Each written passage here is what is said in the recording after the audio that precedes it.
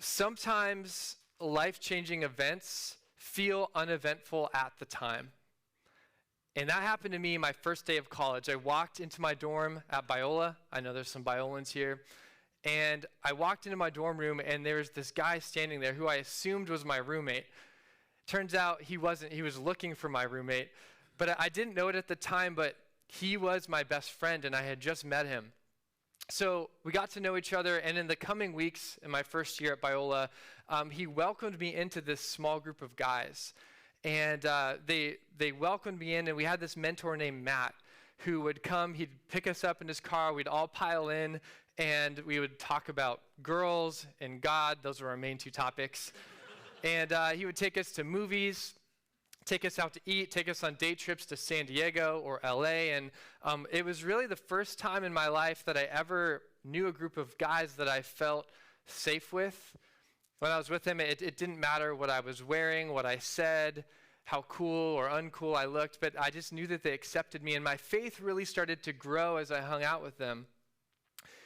That was 18 plus years ago now, and a lot of life has happened. And, we've scattered across the country. All of us, for the most part, are married. And those friendships, while we still keep in touch, they've faded from what they were. And my wife, Emily, and I, we sit sometimes and we talk about the fact that, man, when did it get so hard to have friends, to make new friends? When did that happen? And conventional wisdom says, oh, that's normal.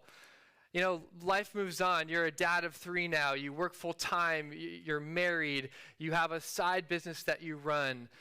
You preach at friends' church plants. It's fun, but you'll get back to friendship when you have time. But if I'm honest, I don't actually believe that that's true. There's this discontentment in me in a world that pushes friendship to the back burner. And there's an emptiness that I feel when my kitchen table feeds my family every night, but rarely my closest friends. So what about you? What is the status of your friendships? Maybe there is a place like my mentor Matt's car where you felt safe and known and connected, where you didn't have to worry about what you looked like or sounded like, but you could just be. But maybe it's been months for you. Maybe it's been years. Maybe for some of us, you've never had that. Maybe you've had brief moments of friendship, but they fade when just the urgency of life takes over. And so what I want to bring to you this morning is, what if friendship is actually a central part of our relationship with Jesus? What if it's a central part of following him? And what if we could understand why friendship feels so hard in the modern world, if we could diagnose it, and then if we could prescribe practices that would help us push back against the isolation that so many people are feeling? So there's really those 3 things are what I want to talk about this morning. The first is just why friendship is so important to discipleship. Secondly, why is friendship so hard in the modern world? Why is it so difficult? And then thirdly, I'm going to give 3 practices for how we can actually cultivate deep relationships. Sound good? All right, so that's what we're doing. If you were to ask someone, what does friendship mean today? It's actually a really trivial word. Facebook has totally co-opted the word friend to basically mean someone that you no longer really know, but last year they moved to Tennessee, and now you want to see what their 4,000 square foot house looks like and their 3-acre lot. Friend today is sort of a synonym for buddy or pal, things like that. But there's this incredible tradition in the Christian church that values friendship, that has seen it as something holy and sacred and part of, as I said, following Jesus. And our need for other people, it all really starts in the garden. So if you would, meet me in Genesis chapter 2. Genesis chapter 2. We know this story well, but I'm willing to guess that you've probably never thought about it in the context of friendship. So Genesis 2, it'll be on the screen as well, starting in verse 15. The Lord God took the man and put him in the Garden of Eden to work it and take care of it. And the Lord God commanded the man, "You are free to eat from any tree in the garden, but you must not eat from the tree of the knowledge of good and evil, for when you eat of it, you will certainly die." The Lord God said, "It is not good for the man to be alone." And that's the key phrase there. "I will make a helper suitable for him." So let's look at this scene. In the American church, there's this radical individualism that we don't always think about, but we live and embody and receive. And it says that, oh, it's just me and God, and that's all that I need. It's just me and him. And if you think about it, if there's ever a place where that me and God mentality could have worked, should have worked, it was in the Garden of Eden, where God makes this man, and it's just the two of them. And yet, what does the Lord say? He says, it is not good for him to be alone. And what this shows us is that we are divinely wired to need other people. And this is not a bad thing. This is a really good thing. Perhaps the greatest endorsement of friendship is Jesus himself. So let's go to John chapter 15. John chapter 15. And this is, just hours before Jesus is arrested, betrayed, taken to the cross. And so in his final moments with his disciples, he actually talks about friendship. And so in John 15, starting in verse 12, Jesus says, "My command is this, love each other as I have loved you.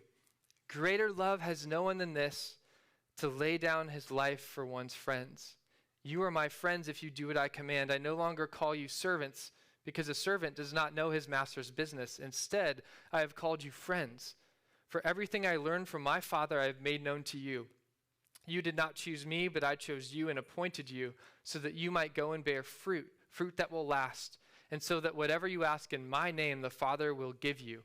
This is my command, love each other." And so, again, in this crucial moment with his disciples, what Jesus decides to say is that I no longer call you servants, but I call you friends. Now go and be the type of friend I have been to you to one another. It's profound. And what this shows us is that friendship, contrary to modern thinking, is not a luxury or an extra in life. It's a spiritual necessity straight from the mouth of Jesus. Friendship is how Jesus understood his relationship with his disciples and how he understands his relationship with us. And then what he expects us to be for one another. Really powerful. And I don't think we fully believe him, though. We cannot be close with God and distant from everyone else. We can't be a friend of God and not a friend to others. The two greatest commands hang together. So loving God helps you love other people. And then conversely, loving other people actually helps you love God. Friendship is a picture of the gospel. And so friendship, what's unique about it is it's the only relationship you don't get to choose, right? You don't choose your mother-in-law. Some of you know what I'm talking about. You don't choose your brothers, your sisters, your parents, but with friendship, it's different. See, when they see your ugliness or your sin or your brokenness, they have the option to leave. But a friend is one that sees all of that and says, no, I'm with you, I'm loyal, I'm not going anywhere. And that is a picture of how Christ loves us. I love how Keller puts this. He says, to be loved and not known is comforting but superficial. To be known and not loved is our greatest fear, but to be fully known and truly loved is a lot like being loved by God.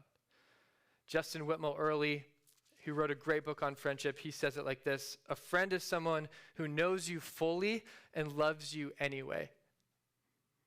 And God has designed friendship to remind us that even when we fail, even at our lowest moments, when we see the loyalty of a friend, it's a picture, it's an experience of that greater love that Jesus has for us.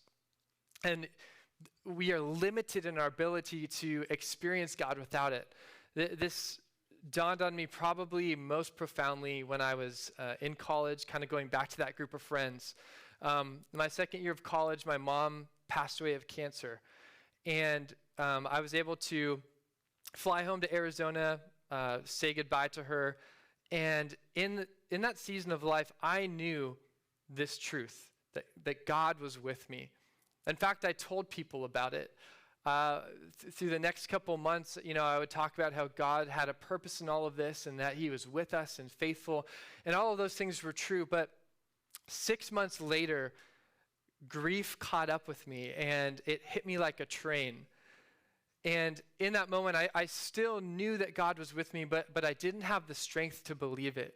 And I remember one night at school walking across campus, and I could barely see where I was walking because I had been crying.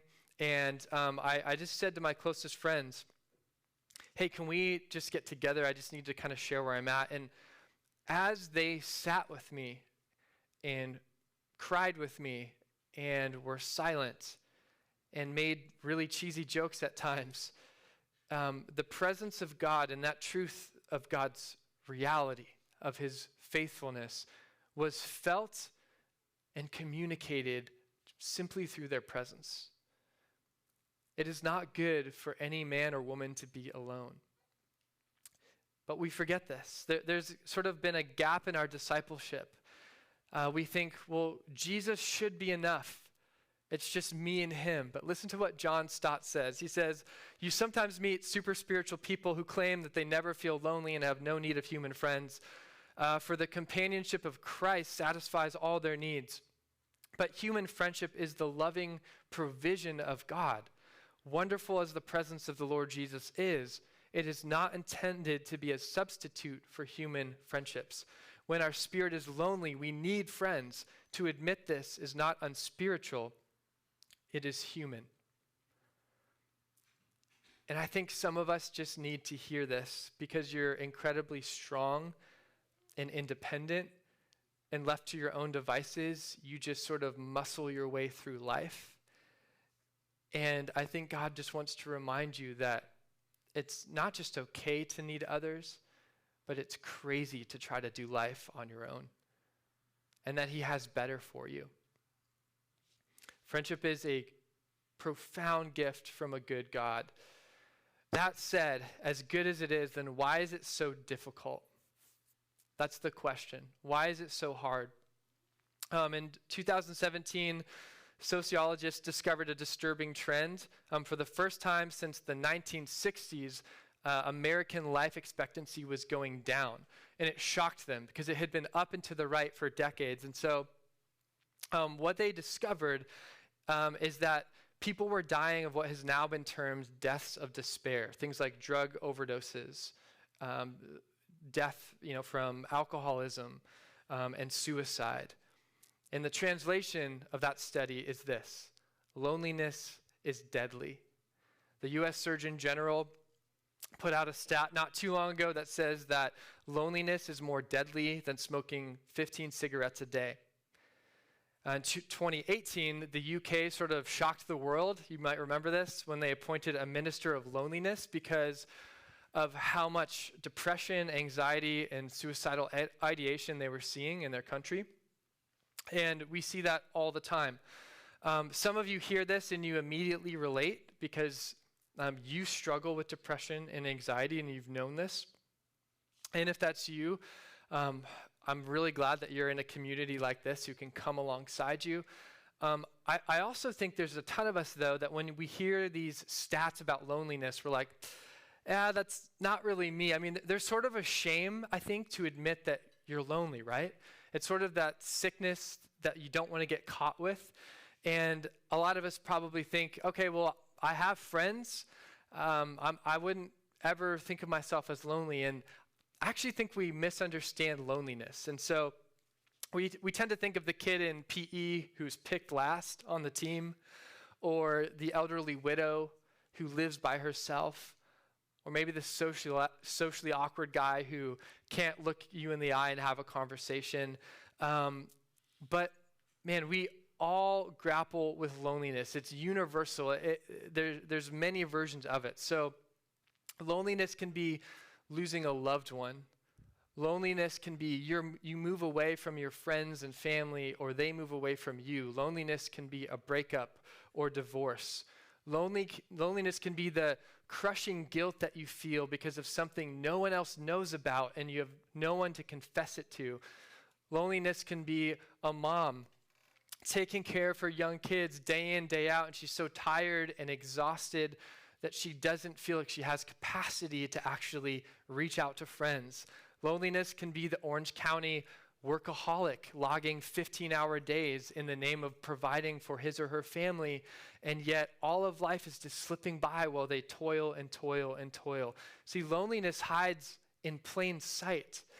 You can be surrounded by people and noise and activity and be the most isolated person in the world. Loneliness has many faces. And so here's the reality. If you are an American in 2024, chances are high that you are actually lonely and may not even know about it. That the way we are living our lives is driving us into isolation and we don't even realize it. Any Lord of the Rings fans? A couple timid hands. Be proud. In Lord of the Rings, there's a famous creature named Gollum, and he finds this powerful ring. And the ring is magical, and so it sort of draws the attention and adoration of anyone who beholds it. And so what happens to Gollum is he's so enamored with the ring that he becomes paranoid that other people are going to steal it and take it. And so he ends up moving out into the wilderness alone, staring at this ring. And he loves it. He worships it. His whole world revolves around it. And all the while, it is slowly poisoning him and hollowing him out from the inside out until he is a shell of the human or the hobbit that he used to be. And that is a potent picture of modern American life. Gollum calls the ring precious when in reality it's poison. And he can't see what's happening to him until it's too late. It's always the silent, undiagnosed diseases that do the most damage. And for us, man, we are drawn to the beauty of modern life with all its opportunities and technology and conveniences. And in the midst of all that, we don't realize that there is a toll to pay for living the way that we do. In his book, Made for Friendship, Drew Hunter, he lists 3 basic reasons that Americans are lonely. And here they are: busyness, technology, and mobility. Busyness, I don't really even need to explain. We all just kind of, here in Orange County, we have this pace that we live at. And I think a way that I notice it is with my neighbors as we're walking down the street. We'll stop to talk to them, and maybe you get 1-2 minutes, and then it's always, oh, I have to clean the pool. Oh, I have to go to this restaurant. Oh, I have to drop my kids here. And it's like, oh, okay, I guess conversation's over. That's typically how it goes. And I know that I've done that to other people. Technology, we sort of mediate our relationships through technology, and so we text rather than face-to-face. We gather in front of glowing screens rather than around fire pits or in backyards. We have air conditioning, and so we stay inside. We build these, resort-like backyards rather than sitting on our porch where we'll see other people walking by. That's technology. And then mobility, we move, right? We move for the bigger house. We move for the promotion. We move because we hate California. We literally pay to become lonely. We put all our things in a moving truck and we go somewhere else. And of course, there are times to move. But man, modern American life drains us of the relationships we were designed for. Justin Earley says it like this: the current of modern American life is to become busier, wealthier people who used to have friends. Busier, wealthier people who used to have friends. Like Gollum, tucked away with our treasures, spending our precious time to get more and more of them, staring like zombies into these glowing rectangles in our hands, we are becoming more and more isolated. And the worst part is, it's our choice. No one is forcing us to live this way, but we actually choose it. We pursue it. We live this way on purpose. So for some of us, I think the Lord just wants to start opening our eyes to see that the state we're living in is actually lonely. And he wants you to know that he has better for you, and that there is a way to live where you are fully known and fully loved. And that's what he invites you into. But how do we do that? What does that even look like? How do you cultivate deep friendships in an isolated age? And I just want to say, every answer that I have is coming from someone who is figuring it out just like you. I don't have all of the answers. I work a remote job as a book editor from my 9 to 5. I am very tempted and prone to isolation, just like everyone here. And so I come to you with some thoughts, but not as an expert, certainly. But what it looks like is developing countercultural practices.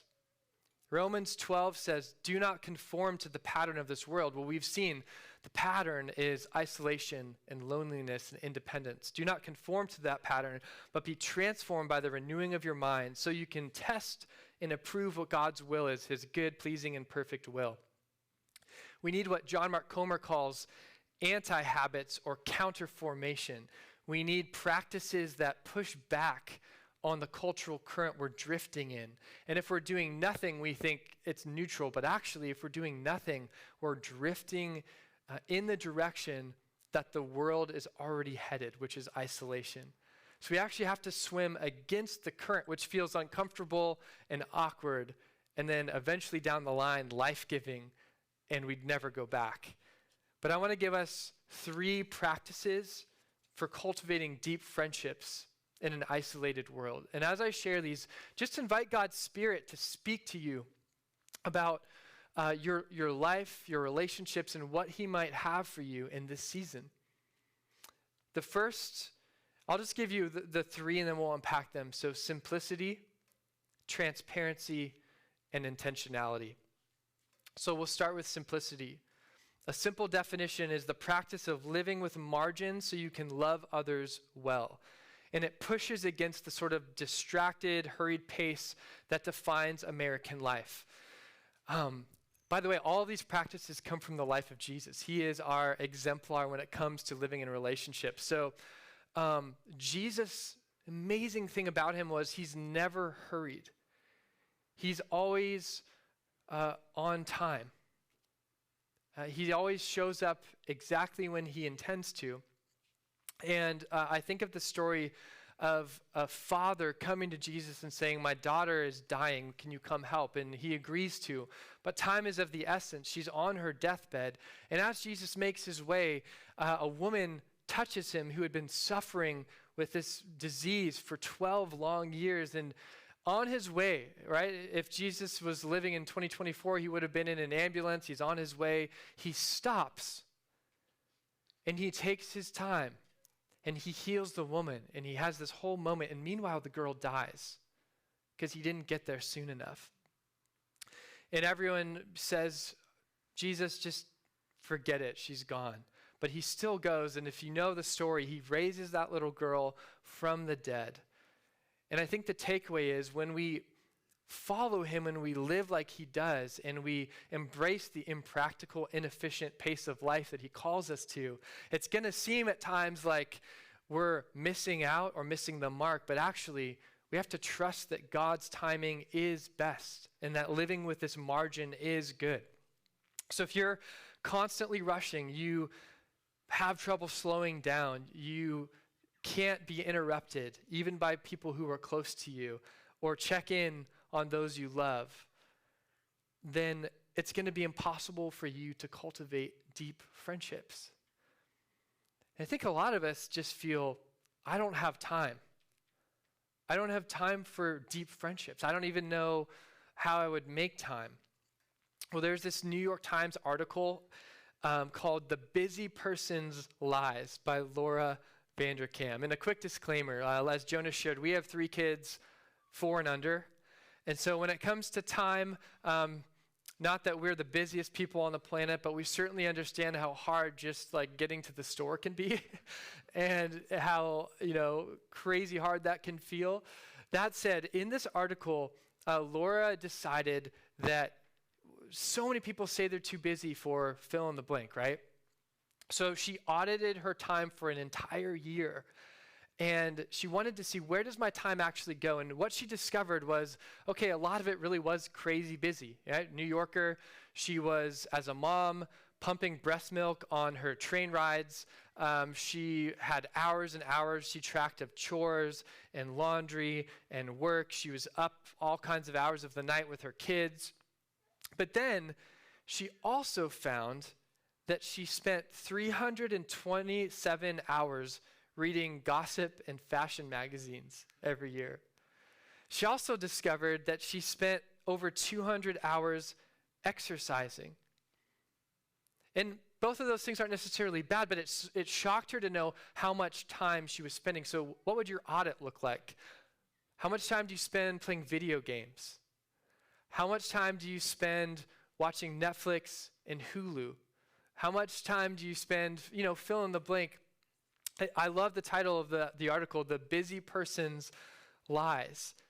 And a summary of this article said, we chronically overestimate how much time we spend being productive, and we underestimate the time we waste on unproductive things. And so here's the takeaway. Busyness is real, but perhaps some of our tiredness is a lack of discipline rather than a lack of time. What would it look like to live with margin in your life, to live simply? So here's just a question for you. Who are 1, 2, 3 people that you are called by God to go deep with or stay deep with? What are their names? And does your schedule prevent you from loving them well? And if so, what changes do you need to make? So that is simplicity. Who are the 1 or 2 people? I love this quote, by the way, that, let me find it here. Deep friendship is like a submarine. It holds only a few and it goes deep. Not a cruise ship that holds lots of nice people you barely know. So this is simple. This is just a handful of people. This doesn't have to be everyone's best friend, but that is simplicity. Next is transparency. And this is defined as the practice of being fully known by others in your best and worst moments. And it pushes against our tendency to hide, to lie, and to sit in shame. One thing that's incredible about Jesus, but also very unnerving, is that he always knows what's in your heart. He sees right through us, and yet he still loves us. Friendship requires transparency, of that peace of knowing, they really know the real me. They know all of it, and they still show up as my friend. Recently, I called a friend, honestly, just to confess sin. And I wanted to let another human know what I was struggling with in that moment. And as we talked, we just said, man, we used to do this all the time.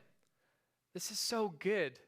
And we resolved right then and there to keep doing things like that, to keep having conversations like that, to let light in to the darkness. Proverbs 27:9 says, oil and incense bring joy to the heart, and the sweetness of a friend is better than self-counsel. And it also says, better an open reprimand than concealed love. The wounds of a friend are trustworthy, but the kisses of an enemy are excessive. So do your closest friends know everything about you? And if not, why not? Are there things that you need to bring into the light to those trusted people in your life? I think some of us, when it comes to transparency, I think of that famous Brian Regan bit where he's talking about being on the golf course and his friend had just gone through a divorce. They get done golfing, he goes home, his wife's like, hey, how's your buddy doing with the divorce? He's like, I don't know. It's like, what do you mean you don't know? He's like, what am I supposed to do? Like mid-swing, like, how's your divorce? We just don't know how to open up those conversations. And so I just want to give you a simple tool to do so. They come from author Kurt Thompson. These are questions that you can ask with a close friend. Okay, so number one is, what are you anxious about? Number two is, what are you ashamed of? Number three is, what do you want or what are you longing for? Number four is, what is the next thing you want to create with the Lord? And then I just added two, what are you grateful for and how do you see God working? You can even tell your friend, hey, I want to go through these questions. You don't have to try to slyly work them into conversation. You can just be yourself, but just imagine what this conversation over coffee or lunch would look like as opposed to the conversations we typically have. And I think even though Christians tend to be a little ahead of the curve on this transparency thing, I would still argue that we need help. And so I commit those questions to you. The last one is intentionality. And this is defined as the practice of pursuing others in love with our words and actions. And this just pushes against passivity, which lets the important relationships in our life just sort of atrophy and fade away. And I love how Jesus says to his disciples, I have chosen you. You did not choose me. We see his pursuing heart, the fact that he's coming after his people. And so what intentionality looks like is we have to stop expecting others to come to us. But we have to be willing to be relentless pursuers who go after others, because that is what Jesus has done for us. When we were not seeking him, he sought us. As we strayed, he came after us. And I think for those of us that have been hurt and wounded, it's so hard when we feel like no one is caring about us. No one's asking us the questions. Well, just flip it for a second. Are you asking the questions? Are you pursuing? Are you making the call, sending the text, suggesting the coffee? It's profound, the power that this can have. To just find a friend and tap them on the shoulder and say, hey, I feel like we've drifted. I want to be more intentional with you. I care about our friendship. What do you think that looks like to be more intentional as friends? My buddy Andrew recently said, to have good friends, you have to be a good friend. You have to be intentional. Just want to have a quick word to both married and singles, which is shorthand for everyone here. I was like, is there a third category? Not really. But I want to address the marrieds and singles. Please listen in, because there's going to be a lot in here for you as well. But frankly, it's very easy as a married person to find solace and refuge and relationship in your spouse only, and to neglect friendship. And part of that is the convenience of it. Part of it's also that as a culture, we so idolize romance that friendship sort of gets pushed to the back burner. And so, I mean, turn on Netflix and tally up all the shows that are about sex or romance, or at least that sex and romance is what's driving the narrative forward. And maybe like the thumbnail, like that's what's drawing you in. Okay, imagine if The Bachelor became a show called Besties. And instead of one guy meeting, however many women to find his soulmate, if it was 25 other men descend on the mansion, and the winner becomes the bachelor's best friend, how do you think ratings would do? When you're in the store and you see the tabloids, they don't care who Brad Pitt's best friend is. They want to know who Brad is sleeping with, who he's dating. This is the world that we live in. But here's the thing, Jesus was never married, and he never experienced sexual or romantic love in that way. And would we say that his life was somehow lacking or incomplete? Of course not. Of course not. But we have a hard time seeing outside of this one person will complete me paradigm. And so I truly hope that if you are married, that your spouse is your best friend. That's beautiful. I think it's as it should be. But here's the problem. If you expect that one person you're married to meet all of your emotional and other needs, what's going to happen is you're going to crush that person, or you're going to smother them with your expectations. If you picture a bridge always has multiple pillars. If you have one pillar in your spouse and you're expecting them to hold up all of you, what's going to happen to them is they are going to get crushed. Friendship makes you a better husband or wife because they are other pillars put in place that can provide things that your spouse cannot provide. Your husband, your wife, they are not your savior. They are a gift that God has entrusted to you, and an immense blessing, but you need friends. And so if you are single, because I promised I would address you, sometimes I think you probably look at married people and think, man, I want that, and I am jealous of that, and I just want to get to that point. And I think the good news for you is you have potentially even greater ability to cultivate deep friendships. And if you do get married someday, those friendships, don't replace them. Keep investing in them because they're going to make you a better husband, a better wife.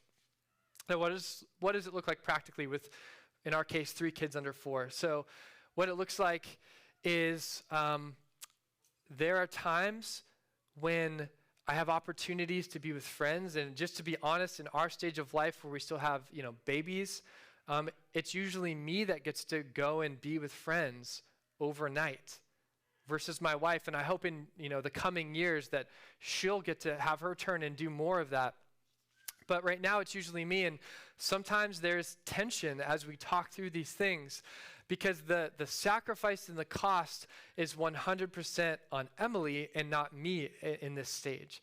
And so we talk through that, and I am so, so thankful that my wife is willing to let me go and have those experiences, or that there's peace and agreement and unity after maybe some heated discussion. And that we both recognize that, man, I'm going to be a better dad and a better husband, a better follower of Jesus if I get to be with brothers who know me and love me fully. And just to be honest, there's going to be a lot of crap that Emily doesn't have to deal with because I'm dealing with it with my friends. I'm working through it. And it's not that I'm keeping things from her, but it's that they are helping me process. And so just, again, when it comes to intentionality, do not buy into the lie that marriage or romance is the end-all, be-all of friendship. It's just not. It wasn't designed to be that way, ever. And so these practices for you, what could that look like to be more intentional? For us, our best friends live in Redondo Beach, and we live in Orange, which is on a good day like an hour drive. So as I've been processing some of this, what it looks like for us is we do a monthly Zoom call with these friends. And, we see them probably about once a month as well. So that's one thing we do. The second thing I thought of is we take an annual vacation together, and we just actually did this past weekend. 4 other families, 11 kids total, all crammed into one Airbnb, and we went to Joshua Tree. Just got back yesterday. What about you? What is one intentional step that you can take to consistently connect with a friend and deepen that relationship? What are the activities or the rhythms that you could put in place with some of those people in your life? Bronnie Ware was an Australian nurse who worked with dying patients in their final weeks of life. And as she spent years doing that, she noticed there are 5 things that dying people wish they had done, sort of deathbed regrets that they carried. And she took note of them, and she wrote an article about it. And guess what number 4 was? I wish that I had kept in touch with my friends. I wish that I had kept in touch with my friends. At our final breath, you and I are not going to care about how big our house was, how much money we made, what kind of car we drove, how many shows on Hulu we watched. What we will care about is how many people actually knew us and loved us, and how many people we actually knew and loved anyway. So I just want to pray over us this morning that God would start to give us a vision of life together and to be able to detect when you are drifting apart, and that you would be encouraged that life, though it's messy with other people, is actually how you were designed to live. So let me just pray that blessing over you.